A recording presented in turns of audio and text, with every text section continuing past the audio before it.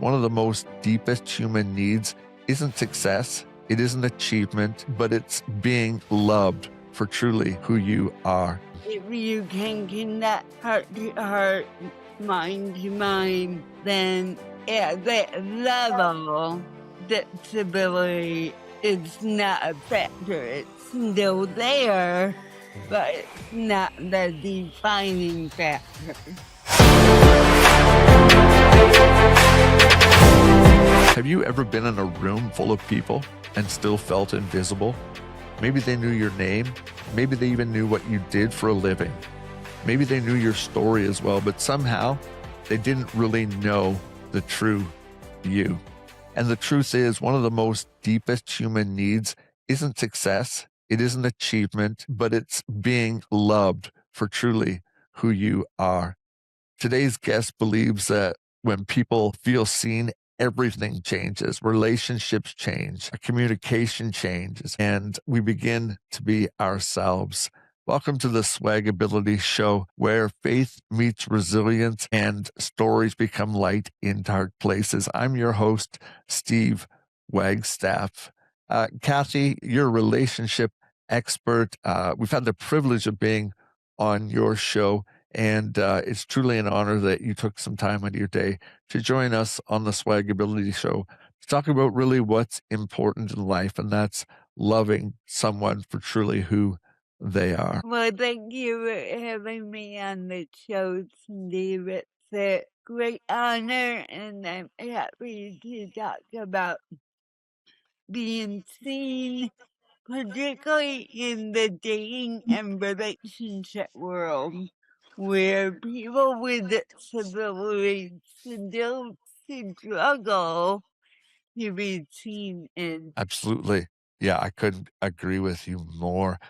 Maybe before we jump into the book and your work, I want to start with a question that's probably really at the heart of what I think today's whole message could be is, why do you think so many people, especially individuals with disabilities, um, even with the ADA Act and all that in place, why is there still that feeling of not being seen for who we are as opposed to what we have become? I believe, again, I should say I have a background as a mental health counselor, so I tend to see things behaviorally and what motivates people. Mm, And I think for many people without disabilities, being around people who are disabled brings up a lot of vulnerability because let's face it, at any time, anyone can become disabled. yeah, that V word is huge, right? Vulnerable, Right. uh, able-bodied, or with different abilities. That V word never changes. Right. Vulnerability is a difficult thing for all of us, and I imagine you would see it every day in your work. Why I don't know why it is, but in your line of work and understanding is what's the difference between being noticed and truly being seen? Well, it's like, someone can go out into the community and go to a social event and be there, but if when they're not engaging or being included, they're probably not being seen. So there's a difference in between someone just being present versus someone being approached by others or approaching others and beginning to establish some kind of connection which I think allows the people to be seen.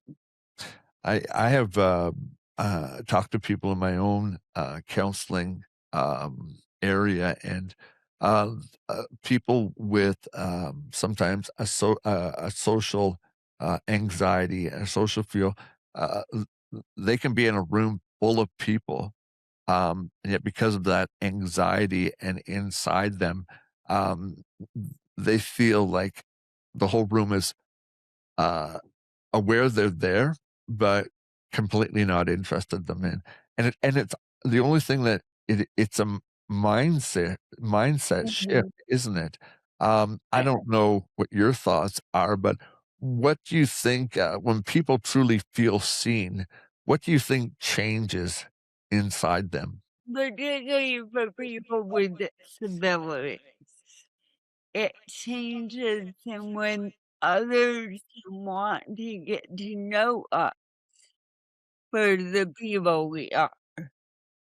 You know, that we're more than the girl with cerebral palsy. We are, oh, that Cathy who's really funny and kind-hearted, and she really likes to cook, you know, when people take the time to get to know us. Yeah. One thing I've noticed in your work is that you consistently help people move beyond surface level conversation into things that are deeper. What does authentic connection really look like between someone with uh, full ability or someone with differing abilities? Does it look different? I don't think so, because what we're really talking about is intimacy and connection, and if we are two humans, regardless of your individual conditions, if you can connect heart to heart, mind to mind, then at that level, disability is not a factor. It's still there, Mhm. but it's not the defining factor. What are some of the biggest barriers preventing meaningful connections today? Well, today we're talking dating in particular, and this is just my opinion based on my work with people. It's dating apps are becoming actually more of a barrier to connecting because there's so many options, and many of them don't accommodate people with disabilities. So people with disabilities are often not seen or ghosted or just plain disappointed on dating apps. And I think in general, you know, I would suggest him with friends of mine for the weekend. And you know you're old when you begin talking about, well, kids of these days. And but we were talking about how hard it is for young people today to connect because everyone is on their phone. I'm smiling this whole time because the next question I was thinking of going into is talking about technology. So it brings me to this very point. Do you think technology has brought us closer together or actually pushed us further apart emotionally than we've ever been in any state of the world at any time? Well, I'm definitely not a type extrovert, but what I will say is I think technology has helped, and I'm sure you can attest to this, Steve. People with disabilities to have easier lives, but I think the global use of technology and how wedded we are to devices has created a significant barrier to that emotional connection Yeah. and making friendship. I appreciate, yeah, you staying in your lane, but I think you make a very good point there. I want to ask you, what role does listening play in helping people really feel valued and understood, especially at the beginning part of their relationship? Well, listening, so right away I go to my I as a counselor, I often work with people who speak very differently, and it takes a lot of time and patience to understand, or they use a device to communicate. And oftentimes they will say how when they're out in society, people don't even look at them or give them any time because it takes even more effort to listen. However, when we truly take the time, I think today in our world, listening is a very connected to time. And taking the time to listen to someone who may communicate differently, who may be hard to understand at first, and realizing that if you do the investment in time to listen, a real deep and rich relationship can come about. Yeah, I was thinking back about Julie and myself, and that was truly it. When you got rid of the what we called the noise and got down to the really heart root matters, um, it is so rich, but it's getting that, I call it a swagability mind shift, being able to adjust your mind to get outside what people's idea of ordinary is, right? Right. Um, I guess, kind of goes hand in hand, but what happens to a person's identity when life is interrupted by an illness or disability or loss or trauma or sickness in your line of work? How have you found people's, I guess, self evaluation or where their identity seems to be placed in after injury? Well, for many years, I worked with people with traumatic brain injury. Yeah. And I worked with them when they were in rehab and going through the trauma of my whole life has just changed.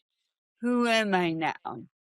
Mhm. And really working with people to identify those inequalities of who they are as a person that doesn't change regardless of a brain injury, another disability, and to focus on those qualities as they're regaining their life and developing a new direction.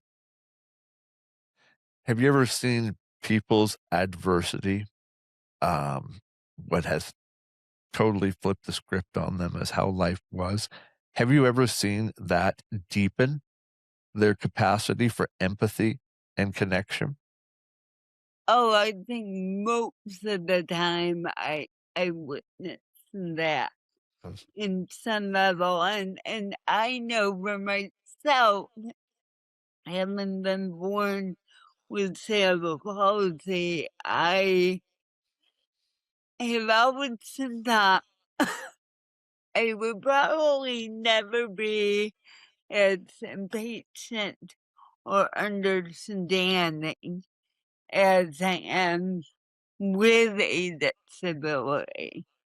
Um, and I think that's because, when we have a healthy or capable body, we just don't realize Mm, what what can what we can lose or not have.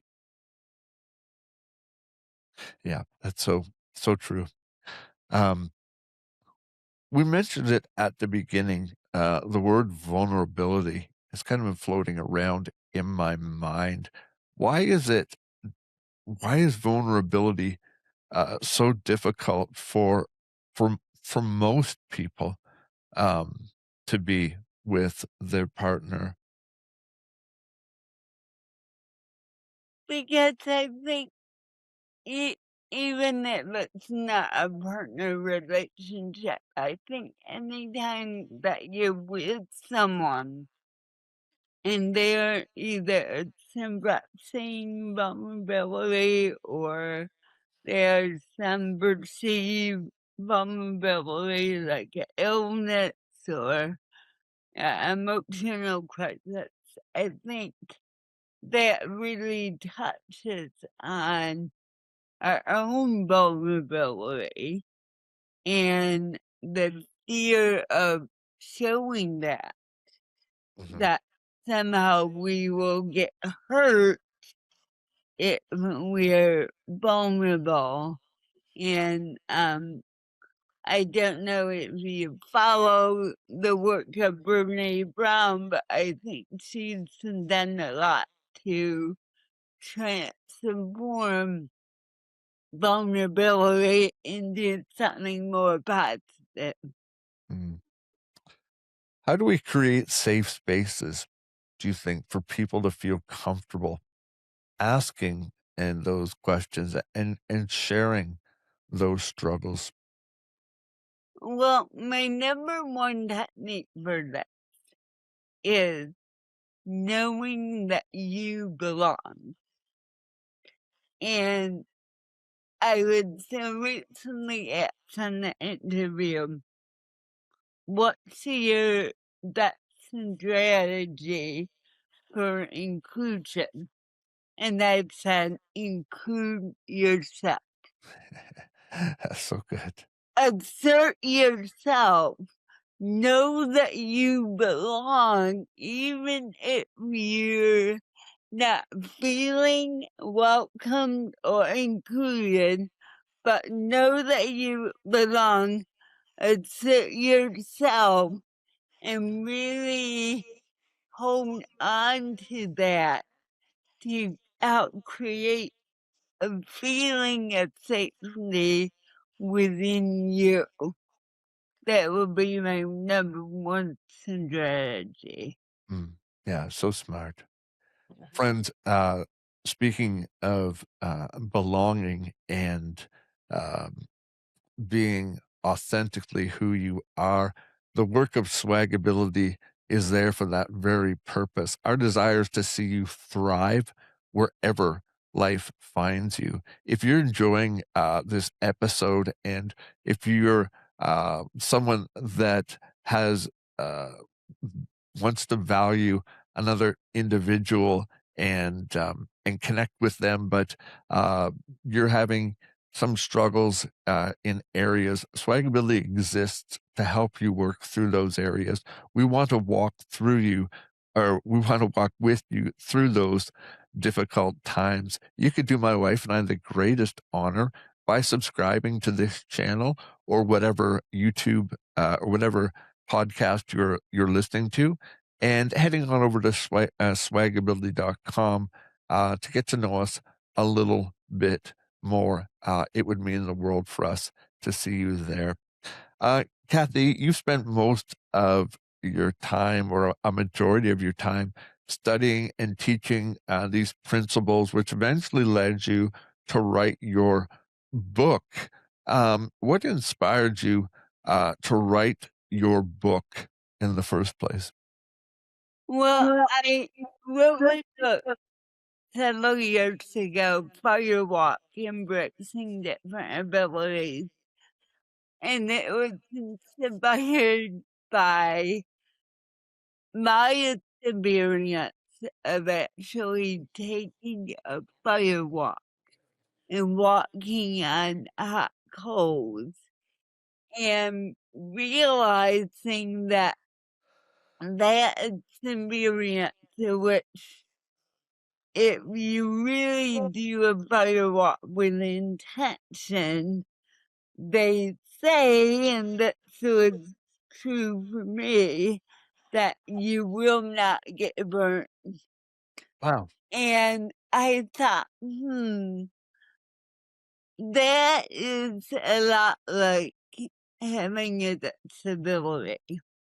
And I went into that firewalk experience being really scared because my mobility is compromised, that I would fall and burn my face or something. And but I wanted the experience of doing it. So I wrote the book about when you have a disability. There's many, many different fears that can come up about living your fullest life. But if you want the experience more than the fear, then that's what the book is about. Hmm. Yeah. Um, you wrote that a number of years ago, and if I'm not mistaken, you're working on either a sequel or maybe it's a separate different line, but we can talk It is, about. I'm working on a separate book, which is all about my work in dating and relationships with a disability, Mm, because it was in the biggest area of struggle for me as a person. And then professionally, I always had clients who came to me and said, I would love a partner, but I have a disability, so I don't think I'll get one. And over the last 10 plus years, I've been working predominantly in the area to coach people again with that mental health and perspective of your self-esteem and confidence being your foundation as you build your dating journey and attract the right people to you. mm. When you're thinking back about your book, uh, what was the central message that you hope readers walk away from reading Firewalk after they put it down, and uh, not only what the central message to them was, but what would you hope people would then take out and live out in real experience? My hope is that people would do the hard thing to live the life they want to live. Like for me personally, there have been many life milestones that have been particularly harder for me because of my disability, but I was determined, no, I want that, so I'm gonna experience the hardship, the struggle in order to get that. Mm. Amen to that. Yeah. For the individual that's listening to this that may have a differing ability, um, what is the, I would say 3 steps, but what would be the first thing you would tell them? Um, not just a think, but what first action does someone need to learn even to take, let alone doing the step? But what do they need to learn in order to take that first step into finding that perfect, we we'll get rid of the word perfect partner, that partner that is meant for them, because none of us are perfect. But what steps do people need to take in order to start working their way back to believing and allowing themselves to have intimacy again with someone in this world? I would say first, do you believe in your own work and Expand. how Expand on that. and how lovable you are? Okay.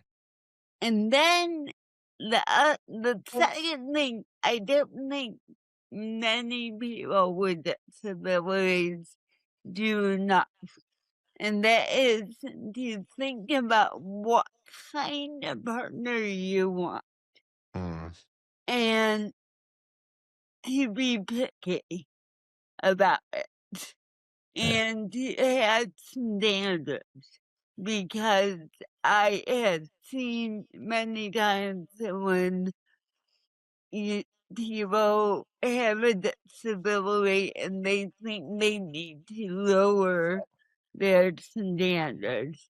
That's No, no, no. You're not gonna get the full rich life you want if you do that. Amen. So really think about what kind of partner you want to attract to you. Yes. Um, Talk about the importance of separating caregiver from partner. Um, I think that's a big thing for us because I'll be open in my wife and my relationship of 26 years now, 30 years together, 26, 27. I'm married. Um, we were full time, intimate, loving couple and caregiving came naturally. But there came a day after her cancer struggles, her cancer surgeries, or even when we lost our child, where that caregiving ability wasn't there anymore. Like she needed to take care of her. So, talk about the importance of not finding a caregiver, but uh, someone you can love, a lover, um, without caregiving being the package that comes with it. Does that make sense?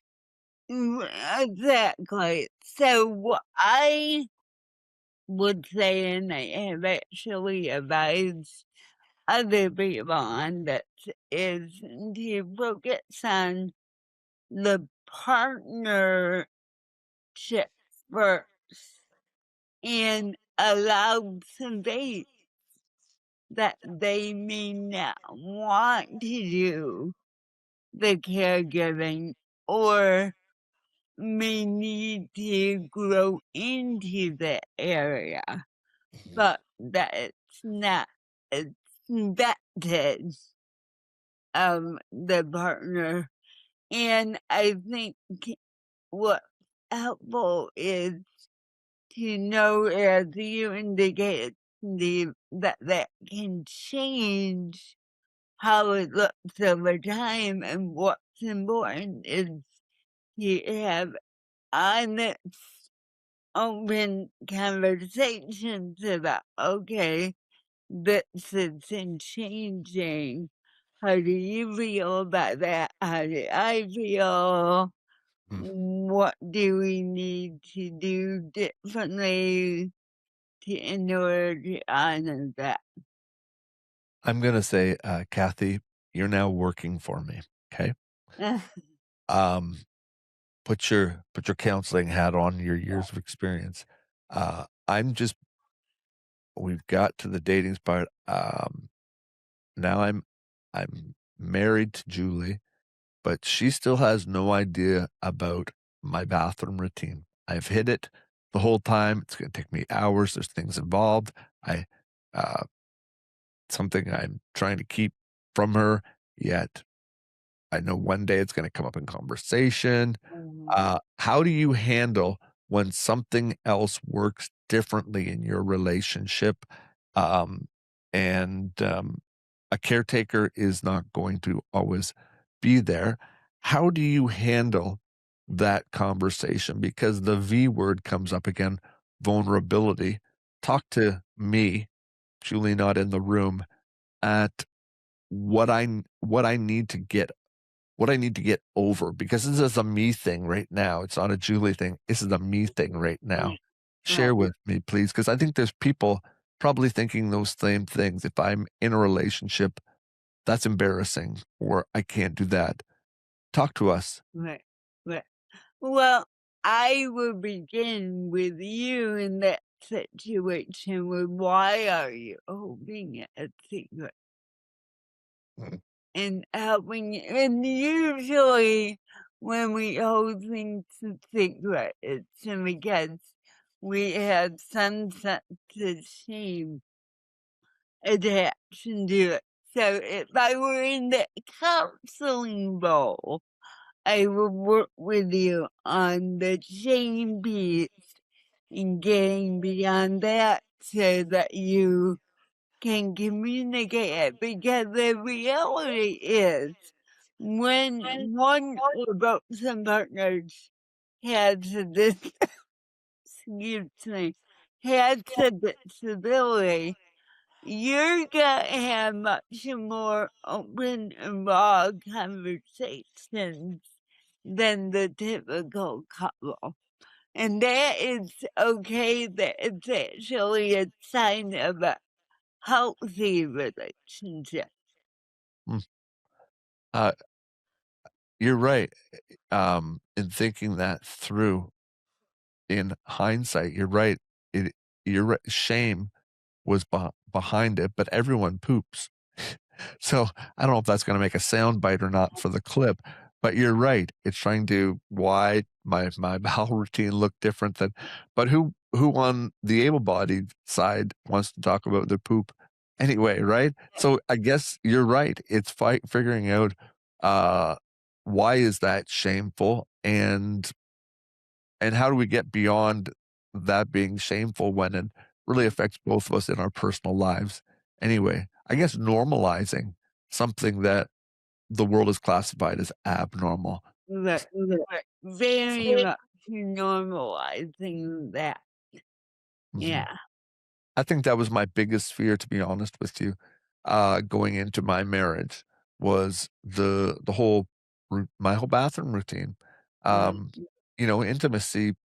Okay, we'll figure that one out, but it's the other ones that attach to the word shame to them, and so, you make a great point. It's working through why that is shameful, and is that shameful enough to keep away from someone that loves you? And if it is that true love in the first place?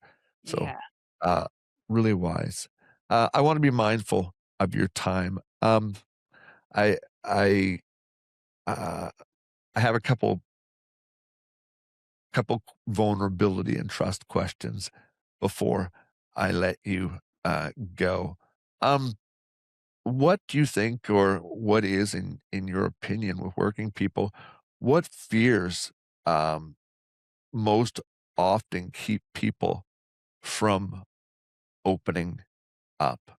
I mean, I mentioned one that, but what fear do you think it is that keeps people from most even stepping into that dating world, Hands down, it's the fear of rejection. which exists in the able-bodied world as Right, well, right? right, right, right. but many people I have worked with are paralyzed because they think if they're rejected, somehow it defines them. Mm. Okay, and I work with people on getting them to look at rejection as simply someone else making a preference, making a choice that has no bearing on you. I often equate it to mint chocolate chip ice cream because I can't stand mint chocolate chip ice cream. It's something about I the light green color that just turns me off. But yet there are millions of people who love mint chocolate chip ice cream.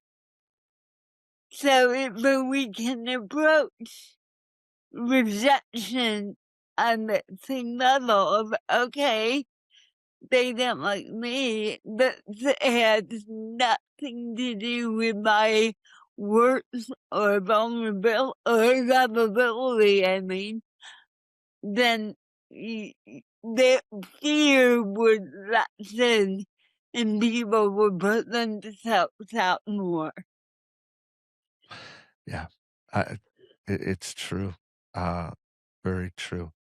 I have some rapid fire questions for you. If you're all right, one word. It don't have to be long because uh, I told you I'd get you out in 45 minutes. I got 10 seconds to do it, but Don't let's do it. worry about the time. I still got 12 minutes. Okay, well, we'll do this then. All right, stop the alarm. Here we go.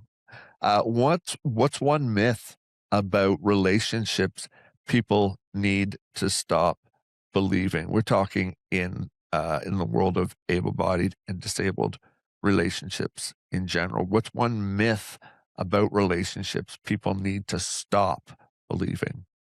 That people with disabilities have lots to offer Mm, in relationships. Yeah, yeah, that's so true. Thinking back, um, what's one habit that strengthens every relationship? Direct communication, saying exactly what you think, no matter how it may come across. Same area um, of habits. What's one habit that um, can quietly damage relationships? Not communicating, not saying how you feel, just not bringing everything to the table Gotcha. and saying, "Okay, we need to talk about that." Yeah. What's one thing people are desperately hunger for right now? One thing they're desperately hunger for.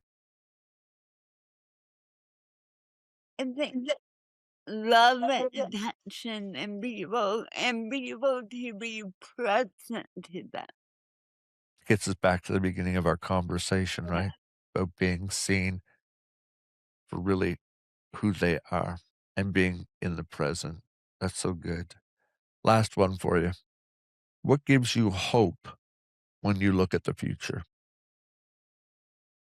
W- And well, I have been working as a professional for 35 years in disability. And when I got into the field, no one talked about people with disabilities as sexual beings, as romantic partners. And although we have a long way to go, I see that really changing. And I love the one good thing about social media is that you can see more of that represented. Yeah, I couldn't agree more with you. Cathy, I always leave listeners with something that they can take away from them and the conversation can continue. If someone is looking for your work, your contacts, your book, where can they find you? And also, I wanted to give you opportunity to talk about your education, what you hold, and what you specialize in, because I think that's important to reinforce as we leave the conversation today. Well, my website is relatability, LLC.com, and I specialize in mental health and counseling, but only for people within New York State because that's where my license is. Mhm. And however, all over the country, the world, I provide coaching for people with disabilities in the area of dating and relationships. I also get hired a lot by organizations to speak and train other professionals on how do you support dating and relationships with people with disabilities. And they actually have a little freebie for your audience. I have a 5-stage framework to dating and success. I have a quiz that people can take to find out where they are on the framework, and I will send you the link so you can put that in the show notes. We will include not only your website and links to your book, but we will also make sure people have that option for that free gift. I think that's invaluable. You give it to free, but those 5 takeaways are beyond the price that money could pay, because when you answer them correctly and follow them, success comes along with that. Cathy, it's been a great pleasure speaking with you today. Uh, I always said I leave my audience with something to think about. To the person that feels right now lonely, disconnected, or unseen, what do you want them to hear from your lips before we say goodbye? You are so valuable, and you have something to offer someone. And if you can believe in that and focus on that and allow that to be your driving force to help you create the life you want to create. Amen. Amen. Cathy, thank you for joining us today and sharing your wisdom and experience. And you've got years of it, education of it. I highly recommend, if you're struggling in the area of relationships or in New York with the mental health, Cathy is incredible at her job and just an amazing human being. So thank you for that. Folks, if you've enjoyed today's episode, I would again invite you, would you do us the biggest favor? Over 60% of the people that visit the channel never subscribe. Would you help make that number so you're not part of that 60%? All it takes is one press of a button. It means almost as much as a donation does. And if you're listening on whatever podcast platform you listen to the show on, thank you for doing so. Would you consider to click that follow button or even leave us a review on Spotify or Apple podcast? Friends, remember, adversity, interruption, challenges, or unexpected turns in life are going to happen, and life may be turned upside down, but there still is a way to thrive wherever life finds you. We'd be happy to help you on your journey. Until next time, friends, Swags out.